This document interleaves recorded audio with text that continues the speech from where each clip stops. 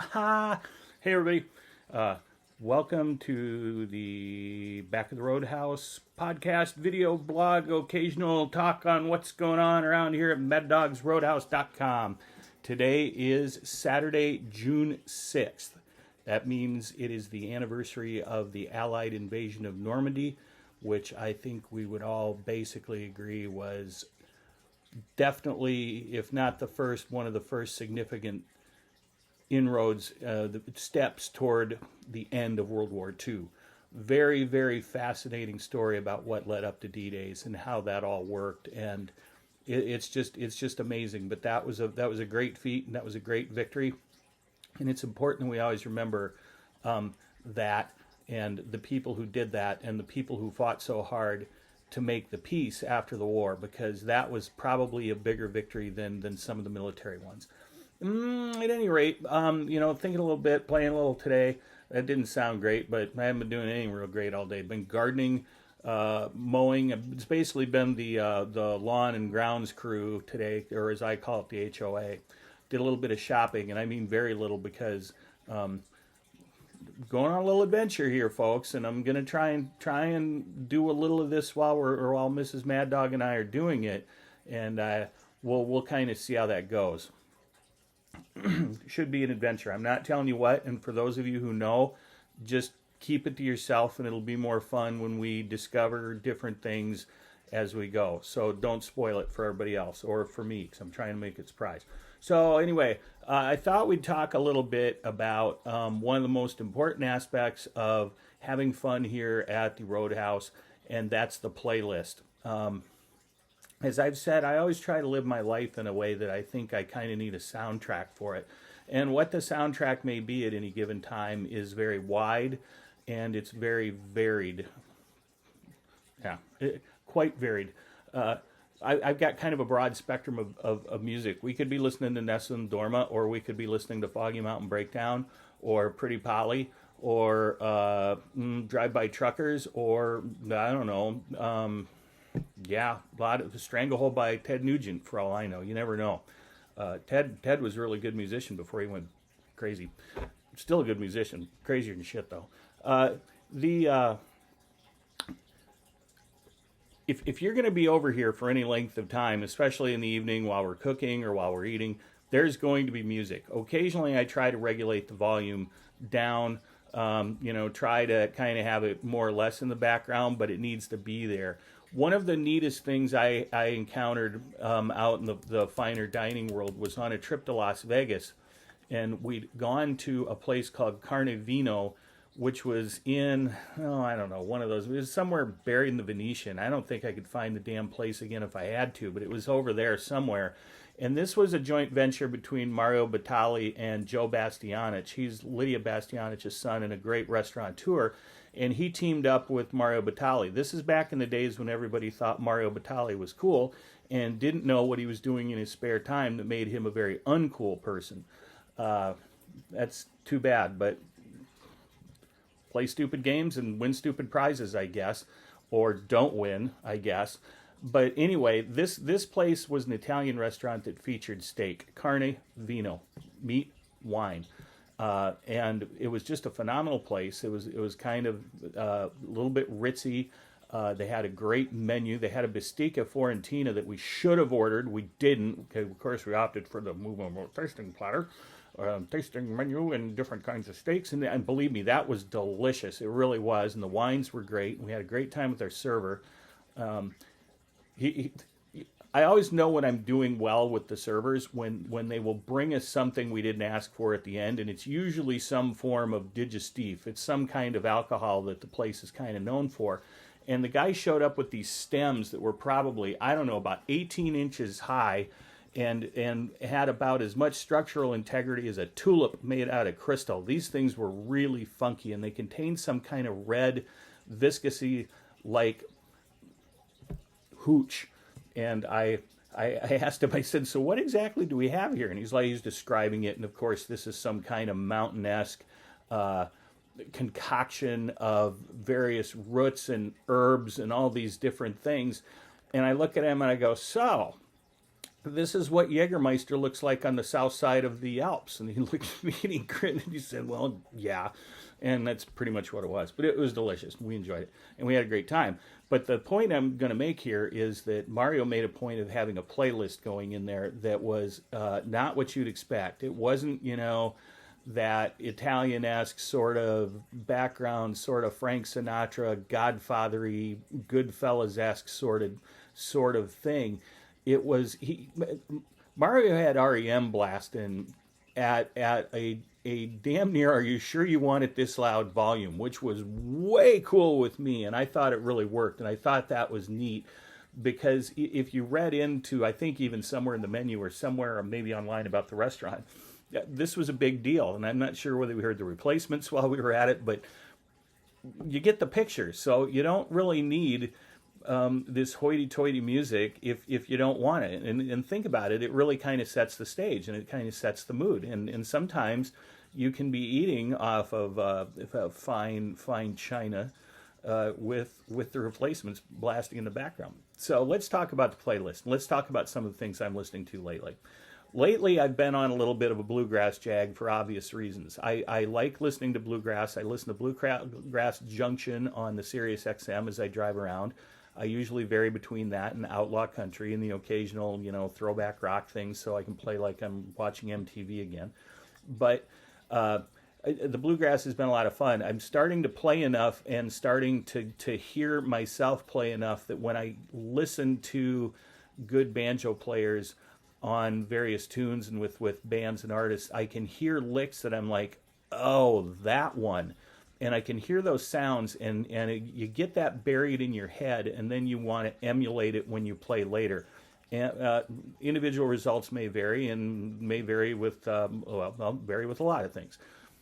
But it helps, and I like listening to that music. I love listening to. I've been listening to some Ralph Stanley lately. I like him and Patty Loveless singing "Pretty Polly." Great song about killing your girlfriend because she couldn't keep up with you, and thought you were crazy and wanted to leave. There's a theme, and various other things.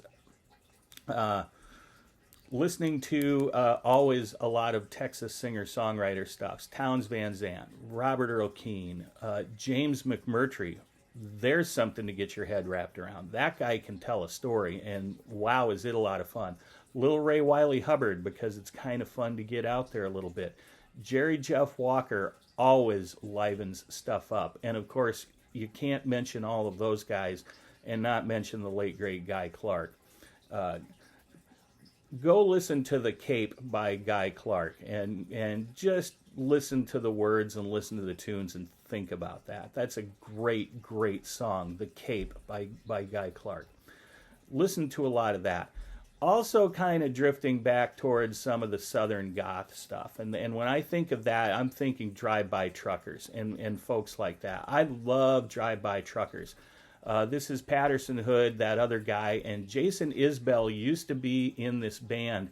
And if you listen to some of the older stuff, you're going to hear all those guys together, and it's a magic combination. I understand they're starting to play together kind of in a reunion-y way every once in a while. I think they made an appearance on one of the late nights here not too long ago. I missed it, but you can go look it up on the interwebs. That's really good stuff. They've got a little political bend to them, so trigger warning for all my Trumpy friends. You may get offended. So there's some good stuff in there. It's fun to listen to, and those guys just absolutely rock. The funny thing about Jason Isbell is that he actually managed to drink himself out of this band back when he was on full rager status. And amazingly, I don't know how he managed to do that. I've been to a Drive-By Truckers concert here in Sioux Falls. They played at the District, and we went. And I'm telling you, this is one of the bangingest, rockinest concerts I've ever been to. And it was an intimate setting, and these guys really wailed. But at one point, they're passing around a bottle of Patron to people in the front row. Just think about that. Jason Isbell drank himself out of that band. Think about that.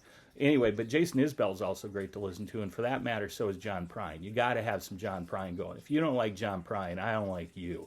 I don't know how anybody could not like John Prine. One of the really great voices and great lyricists of our time.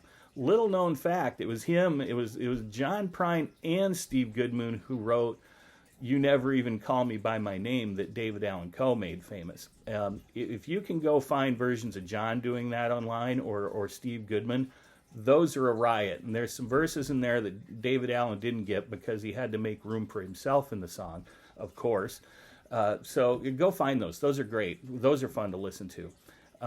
And of course, a lot of red dirt country these days. Years ago, we discovered the Turnpike Troubadours, and have seen those guys several times. We're going to get to see them again in August, along with the other boys from Oklahoma performance. And we rarely miss an opportunity to go see the Troubadours when they're going to be around within really 150, 200, 250 miles of us, because they're a lot of fun to listen to. And I think Evan Felker is also well on his way to becoming a great lyricist.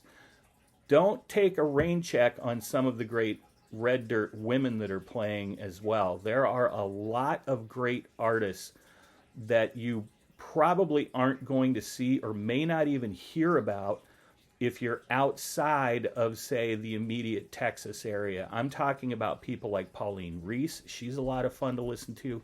Jamie Lynn Wilson, go listen to her version of Stars, Oklahoma Stars.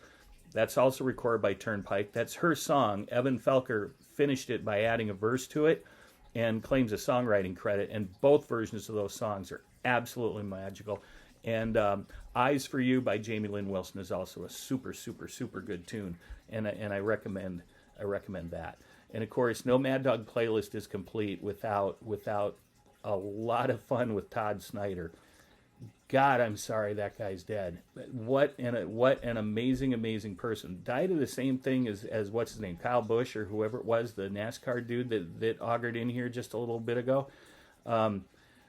Yeah, pneumonia and sepsis. It's a bad combo, folks. Take care of yourself. But Todd probably outkicked his coverage 10 years ago. That if it takes a troubled man to sing a troubled song, well, Todd had that down in spades, and he never wanted to go fishing in that old mainstream, and he didn't. And thank God he didn't, because he reminds the rest of us that it's okay not to be in it. Wonderful talent, and go listen to his stuff. So his lyrics, I mean, they're funny, they're poignant.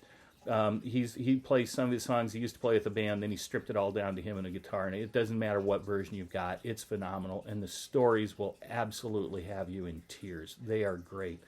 Todd's the guy that wrote Play a Train Song, and that's about a specific guy, and one of my good friends knew those people back in the day and has quite a story about that. It's not my story to tell, but every time I hear that song, I think of my friends, and I think of what that was like in a group of friends that was that close, and it's not a happy story, folks, but it's a good story, and it's a meaningful story, and I think about that every time I hear that, and the personality behind Play a Train Song. Just go listen to the song, and go take a deep dive on Todd Snyder. If you can find somewhere out there's a YouTube video of him going on and on about it for about 20 minutes, telling stories about Skip Litz. And if you don't find that amusing, then you just don't have a heart. Everybody in their whole life has a friend like that that's about half crazy and will act on it, and your life's better for it. And if you listen to the story and you enjoy it, your life's going to be a little bit better too. So you always have the playlist going, always have the music going in your head, always have the music going in the room. I'm going to try and keep the music going here. It's about time to have a shifty. It's been a very busy morning with the building and grounds crew, and got a lot to do. You're gonna like what's coming up, and don't forget to take some time today and think about that Allied invasion. Honest to God, I don't know how those guys did it. Just go watch the first 10 minutes of Saving Private Ryan again, and think about what that must have been to be in those boats with everybody puking all around you from seasickness, and the gunfire starts coming around you, and you're going to get your ass off that boat and run straight across a small beach up a cliff where the Nazis are shooting at you. Amazing. So, everybody, play a train song. Be serious, but have fun, and keep those tunes going. Take care. Thanks for listening, everybody. Have a great week.